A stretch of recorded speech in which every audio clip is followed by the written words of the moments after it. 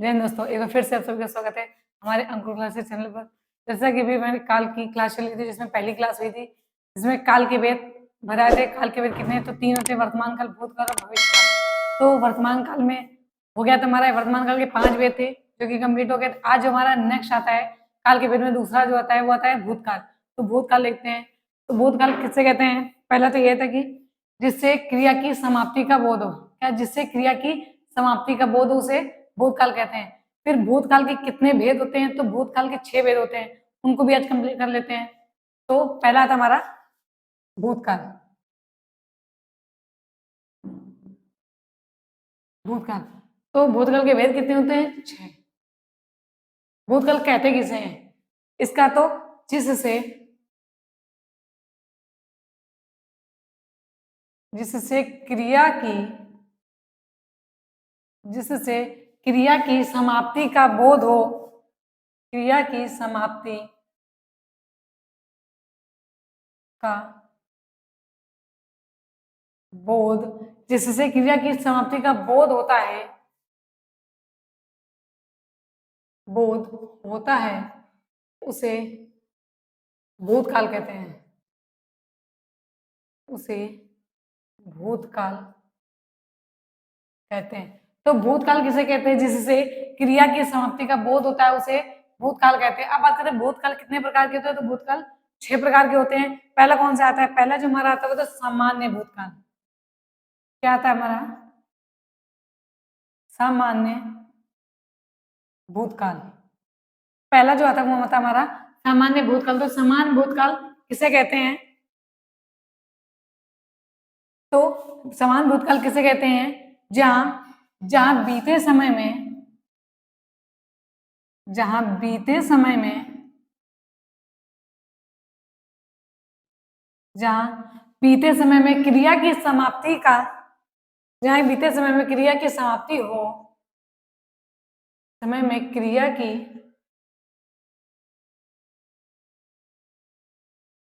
समाप्ति हो, तो परंतु जहां बीते समय में क्रिया की समाप्ति हो तो परंतु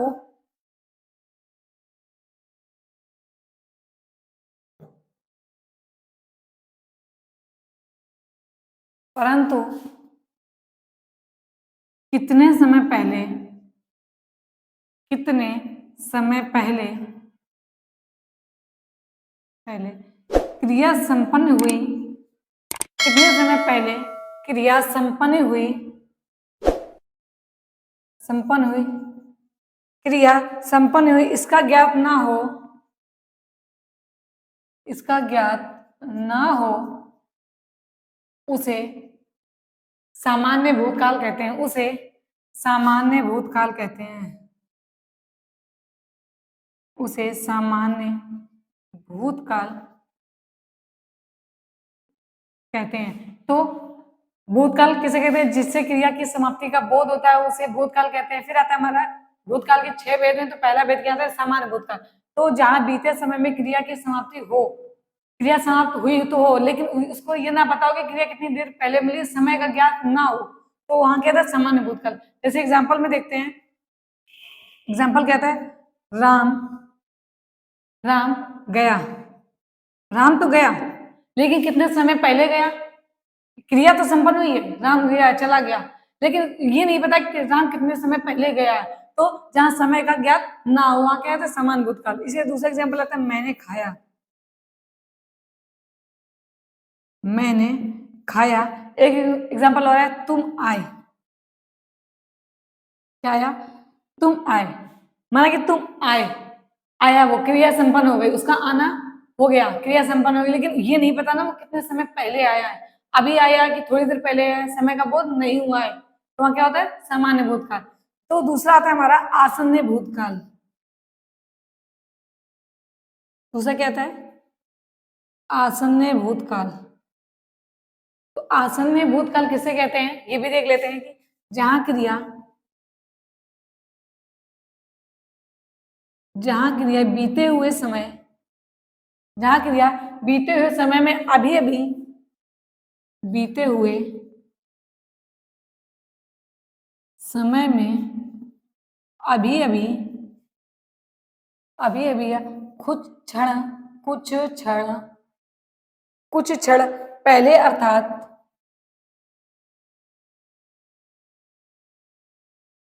कुछ क्षण पहले अर्थात थोड़ी देर पहले थोड़ी देर पहले थोड़ी देर पहले ही समाप्त हुई ही समाप्त हुई। वहां क्या होता है हमारा आसन्न भूतकाल। तो जहां क्रिया बीते हुए समय में यानी अभी भी या कुछ क्षण पहले या फिर थोड़ी देर पहले समाप्त हुई है, वहां क्या होता है हमारा आसन्न भूतकाल। इतना नोट डाउन कर लीजिए, फिर इसके एग्जाम्पल बताएं।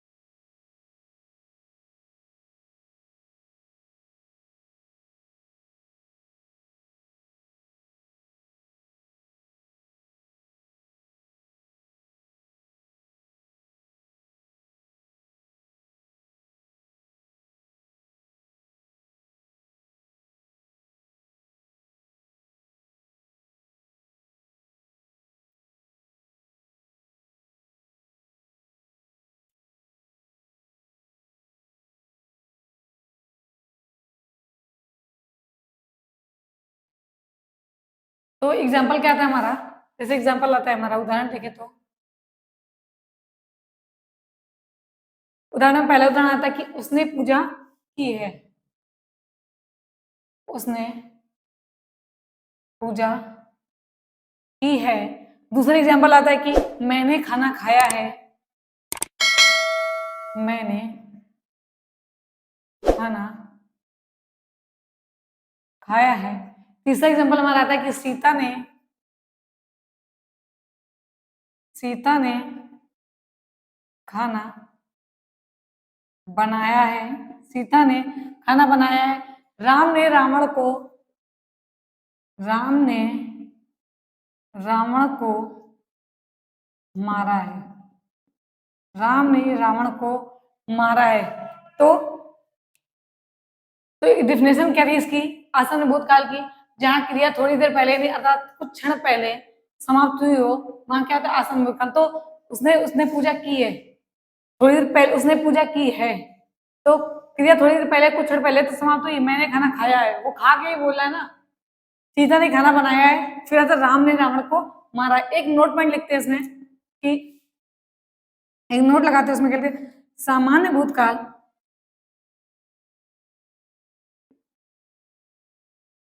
समान भूतकाल की क्रिया के बाद में भूतकाल की क्रिया के बाद में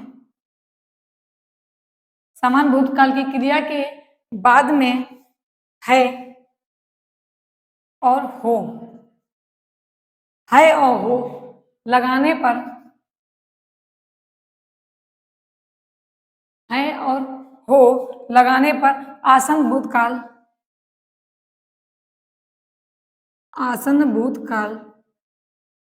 बन जाता है।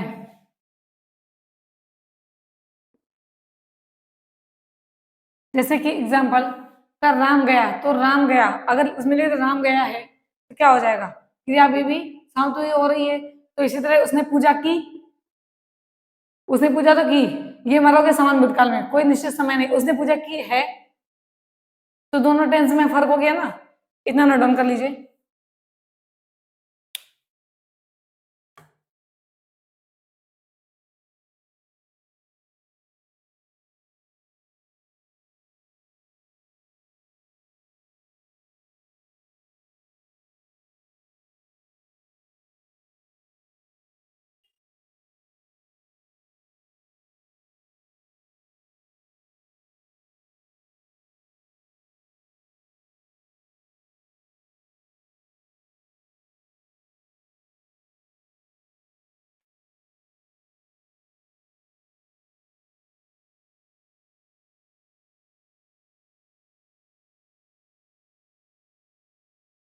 अगला जो था तीसरा हमारा काल भूतकाल के वेद में तीसरा वेद आता है वो आता है पूर्ण भूत। क्या आता है हमारा पूर्ण भूतकाल। पूर्ण भूतकाल तो इसका क्या होगा, क्रिया के जिस रूप से क्रिया के क्रिया के जिस रूप से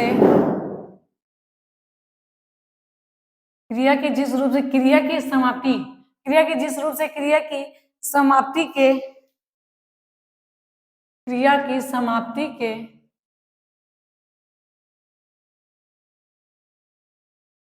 संपन्न क्रिया के जिस रूप से क्रिया की समाप्ति के संपन्न का स्पष्ट बोध हो, संपन्न होने का स्पष्ट बोध हो, संपन्न होने का स्पष्ट बोध हो कि या फिर बोध होता है कि बोध होता है कि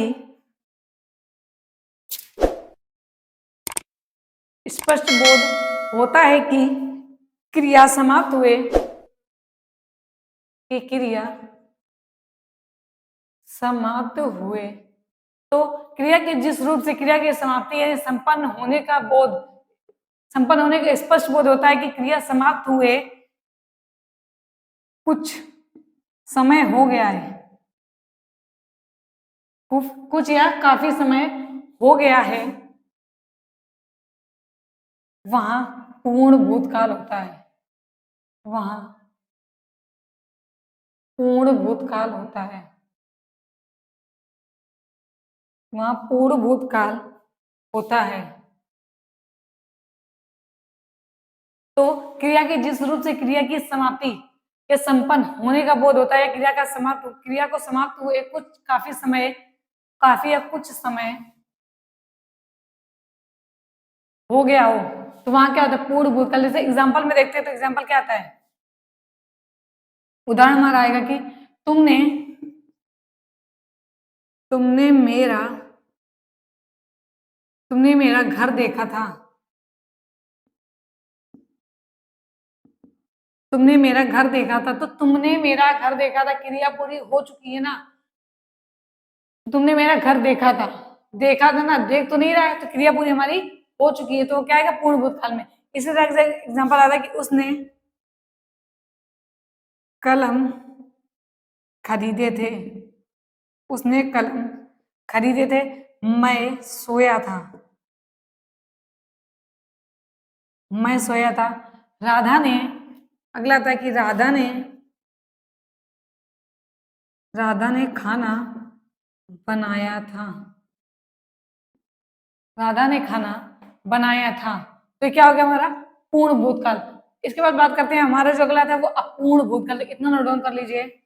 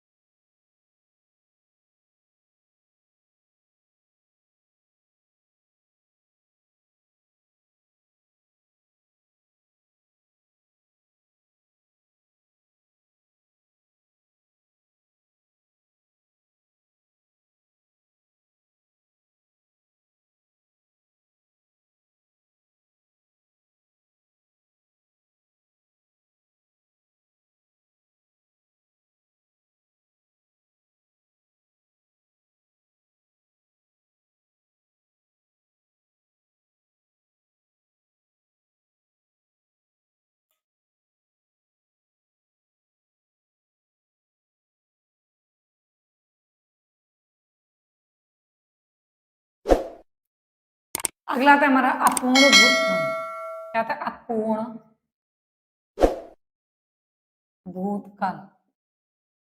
तो अपूर्ण भूतकाल में क्या होता है, जहां बीते हुए समय में क्रिया आरंभ तो हुई हो, क्रिया का कार्य आरंभ तो हुआ परंतु पूर्ण न हुआ, मतलब क्रिया की अपूर्णता जहां हो, वहां क्या होता है अपूर्ण भूतकाल। तो डिफिनेशन क्या बनेगी, जहां बीते हुए समय में, जहां बीते हुए समय में कार्य आरंभ तो हुआ कार्य आरंभ तो हुआ, परंतु परंतु परंतु पूरा ना हुआ, परंतु पूरा ना हो या पूरा ना हो, अर्थात क्रिया की अपूर्णता, क्रिया की अपूर्णता, क्रिया की अपूर्णता हो, वहां क्या होता है, अपूर्ण भूतकाल होता है। तो जहां बीते समय में कार्य प्रारंभ तो हुआ है परंतु पूरा ना हुआ, या जहां भी क्रिया की अपूर्णता पाई जाए वहां क्या होता है हमारा अपूर्ण भूतकाल। जैसे मूल क्रिया के साथ क्या लगाएंगे हम लोग, मूल क्रिया के साथ रहा, रही, रहे, प्लस था, थी, थे, था, थी और थे का प्रयोग किया जाता है। तो मूल क्रिया के साथ क्या लगेगा, रहा है, रही है, रहे, या फिर था, थी का प्रयोग किया जाता है। जैसे उदाहरण में देखें तो पहला एग्जाम्पल आता है, सीता कब पढ़ रही थी, सीता कब पढ़ रही थी। सीता ने पढ़ना तो आरंभ किया, लेकिन कब पढ़ चुकी तो ये तो पता नहीं हुआ ना, तो क्रिया की अपूर्णता हुई वहां, तो क्या होगा हमारा अपूर्ण भूतकाल हुआ। इसी तरह दूसरा एग्जाम्पल हमारा आता है कि वह वह गा रहा था, वह गा रहा था। तीसरा था हमारा हवा बह रही थी, हवा बह रही थी। चौथा होता है मैदान में बच्चे मैदान में खेल रहे थे, बच्चे मैदान में खेल रहे थे। तो ये तो अपूर्ण भूतकाल। अब बात करते हैं संदिग्ध भूतकाल की। अगला जो आता है तो संदिग्ध भूतकाल, संदिग्ध भूतकाल। तो संदिग्ध भूतकाल किसे कहते हैं, इसमें इसमें भूतकाल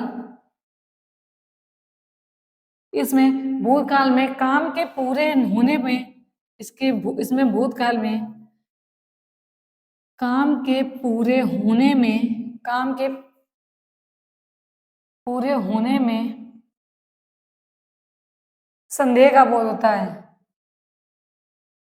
संदेह का बोध होता है, वहां संदिग्ध भूतकाल पाया जाता है, वहां संदिग्ध भूतकाल होता है, वहां संदिग्ध भूतकाल होता है। तो मूल क्रिया के साथ यहाँ क्या लगेगा, मूल क्रिया के साथ लगेगा होगा, होगी, होंगे। मतलब जहां इसमें भूतकाल में काम पूरा होने पर संदेह पाया जाए, जैसे वह आया होगा, वह दिल्ली गया होगा, कंफर्म नहीं गया होगा, संदिग्धता है, संदेह पाया जा रहा है, गया भी होगा नहीं भी गया होगा। इतना नोट डाउन कर लीजिए, फिर इसके एग्जाम्पल बताएं।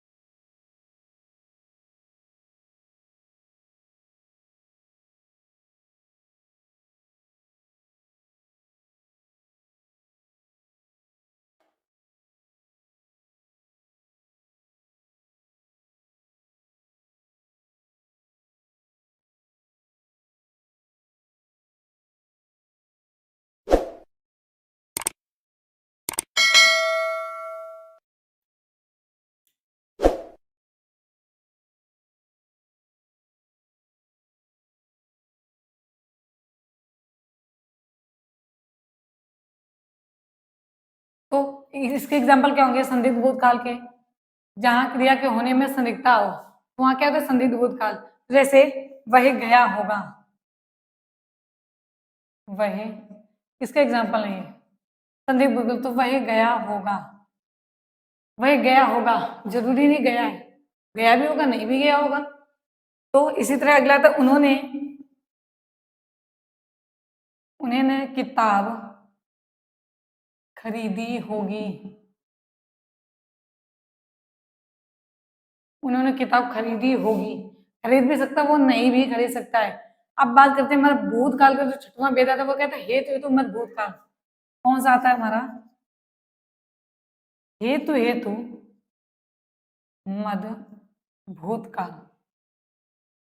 तो हेतु हेतु मद भूतकाल में क्या है हमारा कि मिश्र वाक्य के वे सभी उदाहरण, डेफिनेशन क्या बनेगी कि मिश्र वाक्य के वे सभी उदाहरण, मिश्र वाक्य के वे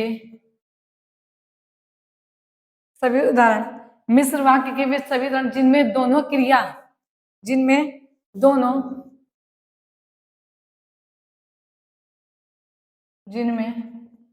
क्रिया, जिनमें दोनों क्रिया भूतकाल अथवा बीते समय की हों, जिनमें दोनों क्रिया भूतकाल अर्थात बीते समय की हों, अर्थात बीते समय की हों। वहां क्या था हमारा हेतु हेतु मत भूतकाल, मिश्र वाक्य में सभी जिनमें दोनों क्रिया भूतकाल अर्थात बीते हुए समय की हो, तो वहां क्या होगा हेतु हेतु मत भूतकाल। अगला इसी का पॉइंट बनता है कि जिस वाक्य में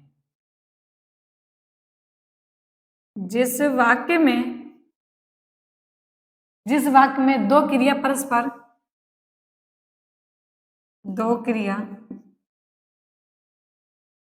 जिस वाक्य में दो क्रिया परस्पर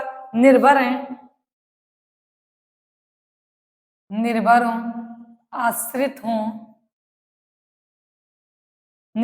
आश्रित हो, ये दोनों बीते समय की हों, दोनों बीते समय की हों, वहां क्या होता है, वहां हमारा हेतु हेतु मत भूतकाल होता है, वहां हेतु हेतु मत भूतकाल होता है। तो पहले डिफरेंस कहते हैं मिश्र वाक्य वे सभी उदाहरण जिनमें दोनों क्रिया भूतकाल अर्थात बीते समय की हो, या फिर जिस वाक्य में दो क्रिया परस्पर निर्भर हो आश्रित हो, ये दोनों बीते समय की, वहां भी क्या होता है हेतु हेतु मत भूतकाल। इसे उदाहरण देखते हैं।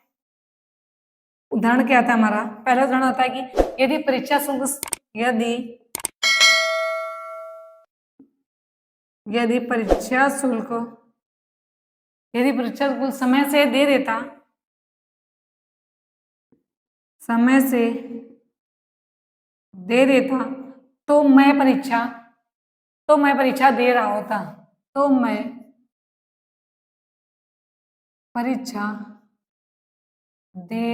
होता, तो यदि परीक्षा शुल्क समय से दे देता तो मैं परीक्षा दे रहा होता, कहना मतलब एक दूसरे पे आश्रित है ना। यदि वो परीक्षा शुल्क दे देता तो परीक्षा देने को मिल जाता उसके, तो एक दूसरे पे आश्रित है। इसलिए दूसरा आता है कि यदि तुम सतर्क रहते तो दुर्घटना नहीं होती, यदि तुम सतर्क रहते तो दुर्घटना नहीं होती। ये हो गया हमारे भूतकाल। अब बात करते हैं भविष्यकाल की, तो इतना नोट डाउन कर लीजिए।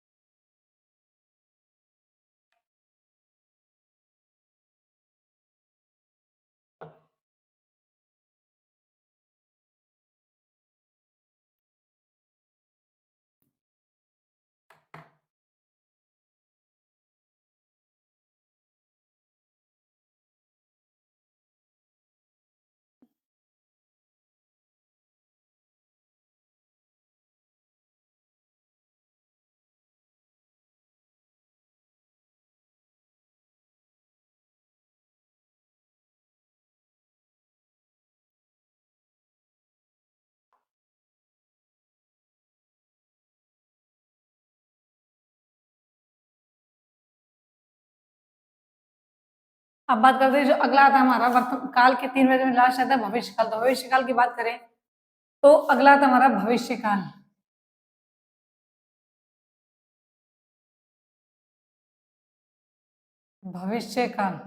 तो भविष्य काल किसे कहते हैं? वर्तमान, चल रहा समय वर्तमान में होता है, बीता हुआ भूत में, आने वाला भविष्य। तो भविष्य काल में, भविष्य काल में या फिर भविष्य में होने वाली क्रियाएं,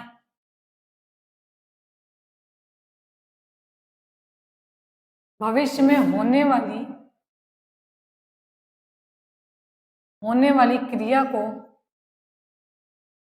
भविष्य काल कहते हैं। भविष्य काल कहते हैं।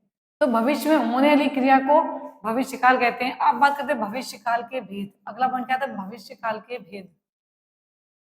भविष्य काल के भेद। तो भविष्य काल के कितने? 3 भेद होते हैं। वर्तमान के 5 थे, भूतकाल के 6 भेद थे, भविष्य काल के कितने? 3। पहला कौन सा था हमारा? सामान्य भविष्य काल। सामान्य भविष्य काल। तो सामान्य भविष्य काल किसे कहते हैं? जहां आने वाले समय में क्रिया आरंभ हुई। जहां आने वाले समय में क्रिया का आरंभ होना। क्रिया का आरंभ होना। जहां आने वाले समय में क्रिया का आरंभ होना। जहां आने वाले समय में क्रिया आरंभ होगी या क्रिया का आरंभ होना, क्या तो भविष्य काल। इसीलिए दूसरा पॉइंट इसका आता है कि जिस वाक्य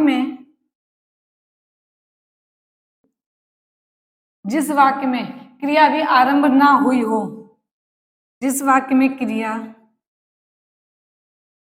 अभी आरंभ ना हुई हो, आरंभ ना हुई हो, तो दोनों बातें कि जहां आने वाले समय में क्रिया का आरंभ होना है, फिर जिस वाक्य में क्रिया भी आरंभ ना हुई हो, वो हमारा क्या रहता है? भविष्य काल। जैसे मूल क्रिया के साथ ऊंगा, क्या लगेगा? ऊंगा, ऊंगी, ऊंगे, या फिर गागी गे, या फिर गा गी गे का प्रयोग। वहां क्या होता है? हमारा सामान्य भविष्य काल। जैसे उदाहरण देखें तो उदाहरण में क्या आएगा? मैं खेलूंगा, मैं खेलूंगा, या मैं पढ़ूंगा।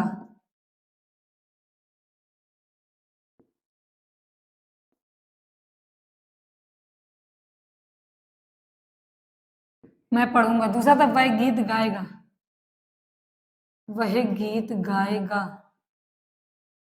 ये हो गया हमारा सामान्य भविष्य काल। इतना नोट कर लीजिए। फिर बताएं संभाव्य भविष्य काल, और लास्ट आता है हेतु मध्य भविष्य काल।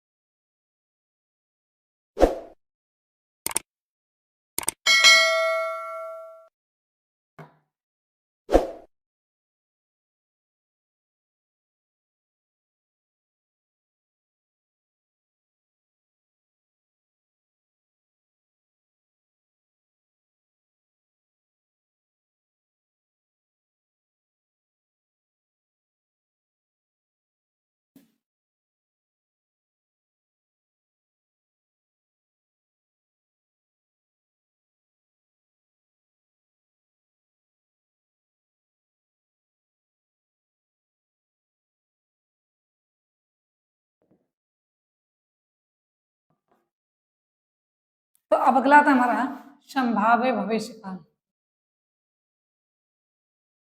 संभाव्य भविष्य काल। तो संभाव्य भविष्य काल में क्या होगा?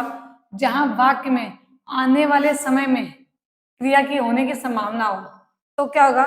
जहां वाक्य में क्रिया के जहां वाक्य में क्रिया के आने वाले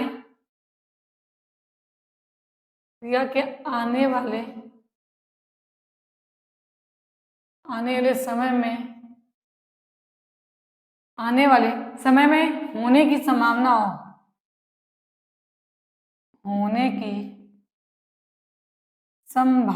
हो उसे संभाव्य भविष्यकाल कहते हैं। उसे क्या कहते हैं? संभाव्य भविष्यकाल कहते हैं। जैसे कि एग्जाम्पल हमारा क्या आएगा? शायद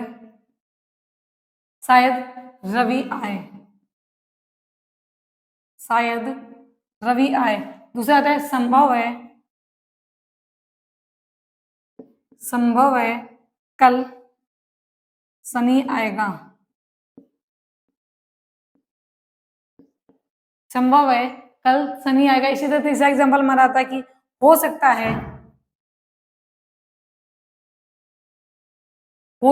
कल बरसात हो।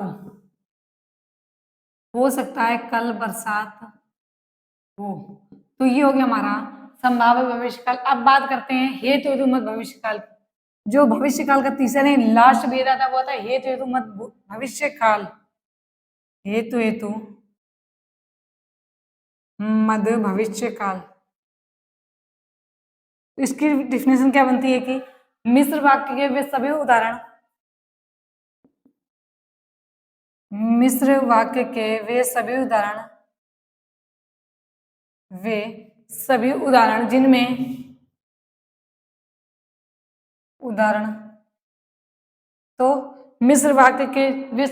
जिनमें क्रिया आने वाले समय में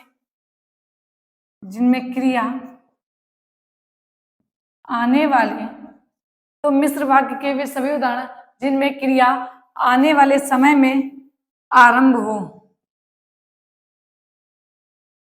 हो उसे हेतु हेतु मत भविष्यकाल कहते हैं। उसे हेतु हेतु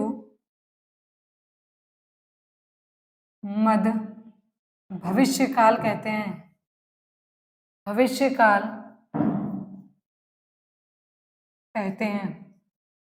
इसी में दूसरा आता है कि जिस वाक्य में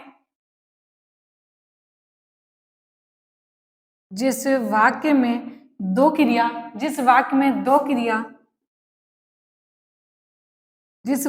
क्रिया हों, दोनों परस्पर निर्भर या आश्रित हों। दो क्रिया हो दोनों परस्पर निर्भर या आश्रित हों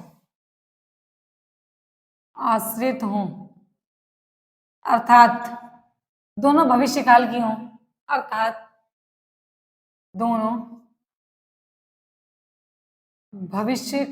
हों। वहां क्या होता है हमारा हेतु हेतु भविष्यकाल। तो जिस वाक्य में दो क्रिया हो दोनों परस्पर एक दूसरे पर निर्भर हों और दोनों किस काल की, दोनों भविष्यकाल की, उसे क्या कहते हैं? हेतु हेतु मत भविष्यकाल। जैसे उदाहरण में देखते हैं। उदाहरण हमारा क्या आएगा? उदाहरण आएगा कि आप कमाएं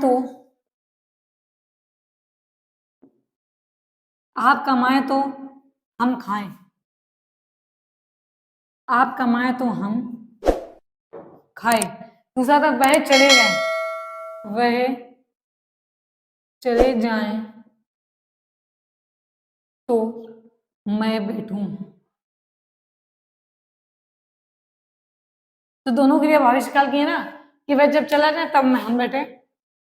तो आपका जो काल के भेद थे, पहला वर्तमान काल जिसके 5 वेद पूरे कंप्लीट हो गए। फिर था दूसरा था भूतकाल के 6 वेद। लास्ट टॉपिक था हमारा भविष्यकाल जिसके 3 कौन से समान भविष्यकाल, संभाव भविष्यकाल और हेतु हेतु मत भविष्यकाल। तो आपका जो काल का टॉपिक पूरा समाप्त होता है। जो नेक्स्ट वीडियो में आपको पढ़ाएंगे वो आएगा संधि। आज के लिए इतना ही।